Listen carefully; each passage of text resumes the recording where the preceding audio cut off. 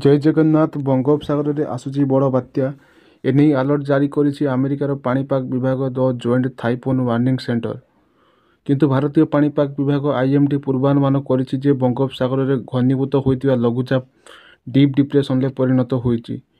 किंतु joint typhoon warning centre एने alert जारी करिछि जहाँ एक संभाव्य घूर्णिझड़ को सूचित करुछि। पश्चिम केन्द्रीय बंगोपसागर में सृष्टि होइतिबा लघुचाप अवपातर रूप नहीं सारिथिबा बेले यह अधिकरू अधिक घनीभूत होई गभीर अवपातर रूप नेउछि। प्रभाव में राज्य में विभिन्न स्थान में तुहाकु तुहा वर्षा हेबो। विशाखापट्टनम ठारू 300 किलोमीटर दूर में एवं गोपालपुर ठारू 320 किलोमीटर दूर में रही समुद्र में बड़ गोटाई आगक बढ़ुछि अवपात।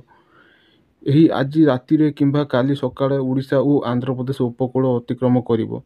पारादीपरू गोपालपुर मध्य अतिक्रम करिवार अधिक संभावना रही। संभाव्य गभीर अवपात प्रभाव में आज एवं आसंता काली सकाळ जाए राज्य में बड़ वर्षा एवं पवनर प्रभाव संभावना रही। एथिसह पाणीपाग विभाग पक्षर विभिन्न जिला को सतर्क करा जायछि। आज जगतसिंहपुर और पुरी में प्रबल अति प्रबल वर्षा नहीं रेड अलर्ट जारी करा जायछि।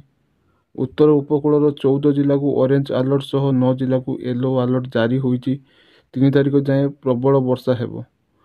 तो आपण मैंने क्यों जिला वीडियो देखुं सर कमेंट माध्यम जनइबा। वीडियो को लाइक कर दिंतु, शेयर कर दिंतु, चैनल को सब्सक्राइब कर नोटिफिकेशन बेल को दबाई ऑल सिलेक्ट कर दिंतु। एमती गुरुत्वपूर्ण खबर सर्वप्रथम देखा।